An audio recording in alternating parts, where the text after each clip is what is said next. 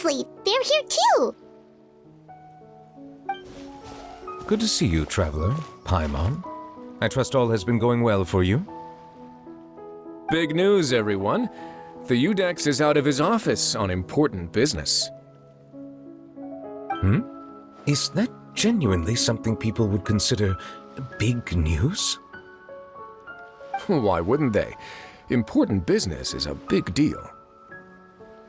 Ah, yes, you're quite right. When someone you care about requires emotional support, being there for them at the right time and place is of the utmost importance. After reading the Maréchal Phantom's reports, I had a feeling a trip here might be in order. Take note. That, my friends, is how Monsieur Neuvillette shows that he cares. We're both here for the same purpose, actually, to accompany Sigewinne as she pays her respects to her late teacher. So the old friend she mentioned was her teacher then? The witch? Oh, sorry. Paimon didn't mean to be rude. It's only because Sigewinne calls her that all the time, so... I doubt she considers that title to be offensive, Paimon. Don't worry. Indeed. In fact, I believe Sigewinne would take it as a sign of affection. She has spoken of this doctor on many occasions, and it sounds like she was a truly generous individual. In those days, many people harbored prejudices against Melusines. She was the only teacher willing to take Sigewinne on as a student. Wow. It's really nice of you two to be here for Sigewinne. Guess you guys really look out for your younger colleagues, huh? Younger colleague? Well, that might be true for the Udex, but I'm not sure I can say the same.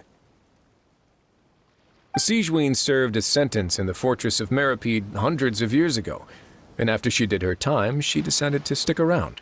She's been an integral part of our administration ever since. Strictly speaking, the head nurse has been around longer than most people in the fortress, myself included. Pretty sure that makes me the younger colleague. She served a sentence? Yes. Long before I became Udex, there was an ancient law in Fontaine that prohibited any attempt to transform another species into a human. Initially, I and most researchers believed this law to have been imposed due to ethical concerns. But now, it seems more likely that the law was nothing more than an insurance policy, a way for Egeria to ensure that her people would remain insulated from the truth, thus enabling them to lead more straightforward, happier lives. Ignorance is bliss, as they say.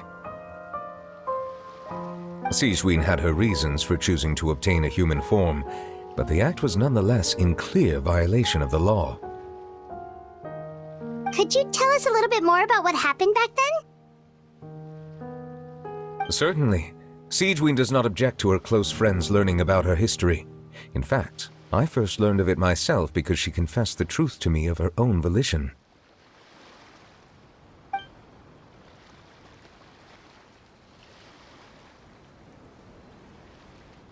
Even with their daughter so ill, they kicked you out? Stubborn as always. And prejudice isn't a disease I can cure either.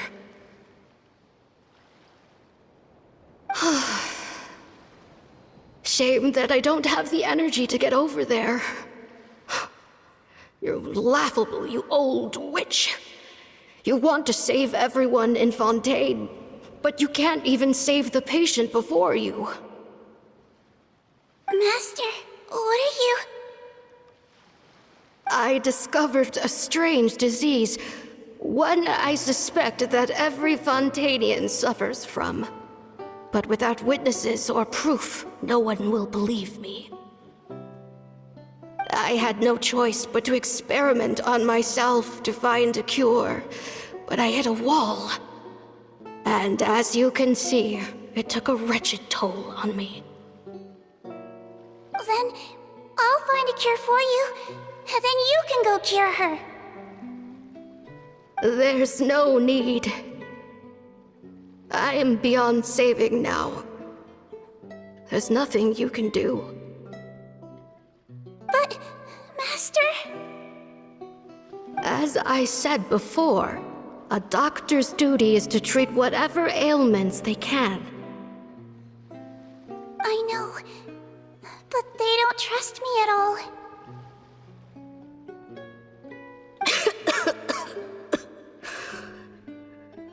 That girl. She's your first ever patient, isn't she? Tell me, what cost are you willing to bear to see her cured? I'll do whatever it takes. Even if it means breaking the law and being punished for it? As long as I don't hurt anyone. Yes.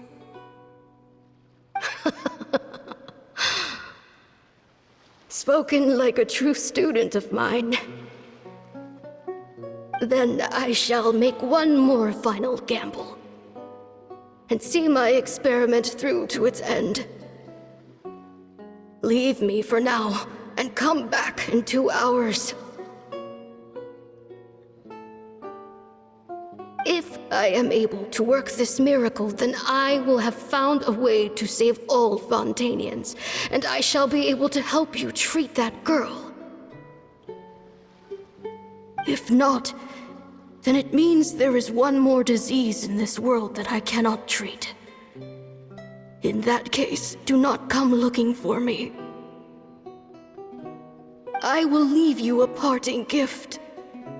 An accidental discovery happened upon through my study of this strange disease. It has little use, but it will at least help you cure this one patient you can reach.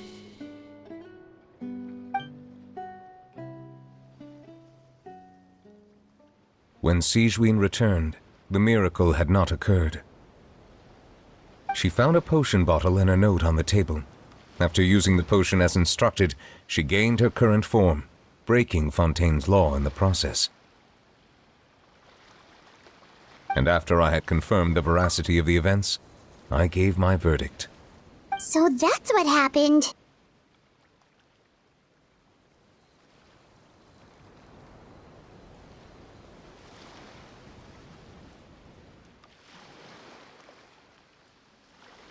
I fear Sigewinne only understood the full story after the truth about the dissolution of Fontanians was uncovered. When I reflected on all this with that knowledge in hand, I felt a deep sense of regret. As I use the law to uphold justice, there are times when I cannot help but acknowledge its ruthlessness. After the final details of the events surrounding Sigewinne's transformation came to light, I checked several sources and, thankfully, the legal code does not require Sigewinne to shoulder any additional punishment. Wonder how she feels about all this. Since she invited you here, I imagine she intends to speak of these matters with you, no?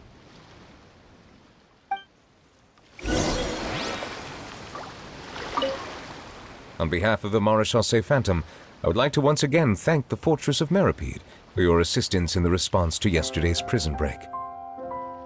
Our head nurse and the traveler in Paimon did most of the heavy lifting, I would say. Sigewinne seems to be in good spirits. I trust work hasn't been too hard on her lately? Well, she might be the only permanent medical staff in the fortress, but there's plenty of people with medical knowledge willing to help her out. I am most relieved to hear it. The way you're asking after her well-being makes you sound like a concerned parent. Well, I won't lie. I've always seen myself that way. Showing your age a bit there, don't you think? Indeed. Actually, I often forget just how much older I am than you. Well, while we're on the topic, what did you do before getting this job anyway? Spend all day swimming in the sea from east to west and then north to south? Yes, and, from the surface to the ocean floor on occasion. Wow. Impressive. Apologies, that was merely an attempt at humor. You can disregard what I said. That's impossible, I'm afraid. My imagination's already running wild.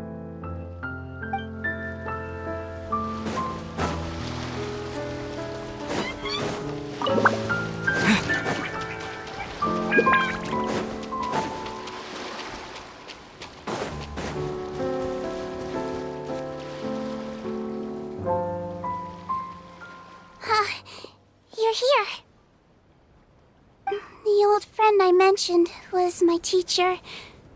When she passed, her body was nowhere to be found. All that's left of her is an empty tomb. And even that's deep underwater now. Sigewinne, the witch who gave you the magic potion, she was your teacher, wasn't she? Sounds like Monsieur Neuvillette filled you in. After learning the truth, it must have been hard to process, huh? Well, to be honest, after I realized what really happened that night, my first thought was that it kinda made sense. It seemed exactly like the sort of thing she would do. But she was planning to sacrifice herself and never told you! That's just who she was.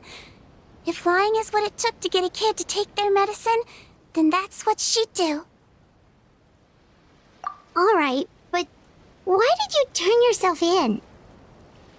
I broke the law, simple as that. My teacher made her choice, and I made mine. True. It's just the way Potton framed it when he was asking you all those questions, it made Paimon really mad. You're not like him at all, and everything Neuvillette said confirms that. And yet, you were still convicted and thrown in prison. It just feels so unfair. Unfair? I happen to think just the opposite. If I hadn't served that time, I'm not sure I would have been able to stay strong when he was questioning me. What makes you say that? I knew you'd be curious. Let me tell you a story. The verdict came down. This Melusine is guilty. Deudex defended the authority of Fontaine law, but he did not confiscate the Melusine's medical kit. And so, the Fortress of Meripede gained a new little doctor. She still wore her hood and raincoat, even though it never rained in the fortress. Perhaps thanks to her human appearance, no one refused her treatment. She treated more and more patients, and her sentence grew ever shorter. Finally, the people of the fortress could not live without her, and though her sentence ended, she did not leave them either. Then one day, she received an invitation from the outside world. The location seemed familiar, and when she arrived, an old lady was waiting for her. She saw right through the Melusine's disguise, but didn't reveal it. Instead, she asked a question. Tell me, why do you think you gained the respect of so many people, despite being a Melusine? Because I look like a human? It's been 50 years, Sigewinne, and you haven't aged a day. I think everyone knows you are not human. I finally found you, after all these years. I still remember, you know. It was you who saved me that night. But how? I was no longer a Melusine by then. Does it really matter if you're human or Melusine? I remember the warmth of your palm. It's quite unmistakable. And you know what? It hasn't changed one bit. You don't have to hide anymore, Sigewinne. These days, everyone wants to make friends with Melusines. And I think that it's all because of you. I'm sorry I couldn't say this until now, but thank you, Dr. Melusine. Now that's an ending Paimon can get behind. After hearing everything Potton said, I wanted to tell him that it didn't matter who he looked like on the outside. But it was too late. The warmth in his palm had already disappeared. I tried to treat him, but the roots of his problem had nothing to do with his face. I understand. Thanks, you two. I appreciate you being here for me while I talk this through. Oh, it's nothing. Our pleasure. Oh, there's one more reason I invited you here. It's about time I finally give you what I promised. In order to restore the appearances of the face-swapping victims, the Marechaussee Phantom gave me special permission to make a few bottles of that potion. And I made one extra just for you two. We don't need it though. Shouldn't we destroy it? Well, even if you chose to destroy it, I still thought I should give it to you first. You two did so much for me. How could I break my promise? Well, fair enough, but anyway, Paimon's definitely not interested in this stuff anymore. Still, if this is the very last bottle in all of Teyvat, getting rid of it would feel like kind of a waste. Maybe we can give it a special meaning somehow. Oh, Paimon's got it! Melusine physiology wasn't affected by the Great Flood, right? So that means the potion should have a permanent effect on you. In that case, what do you say, Sigewinne? Ever thought about transforming back to the way you used to look? After all, from a Melusine point of view, Paimon bets Melusines look the cutest of all. Paimon, after everything, do you really think it matters whether I'm Melusine or a human? Well... What was Paimon thinking? You made up your mind a long time ago. Yeah, let's just destroy this thing. Leave it to me.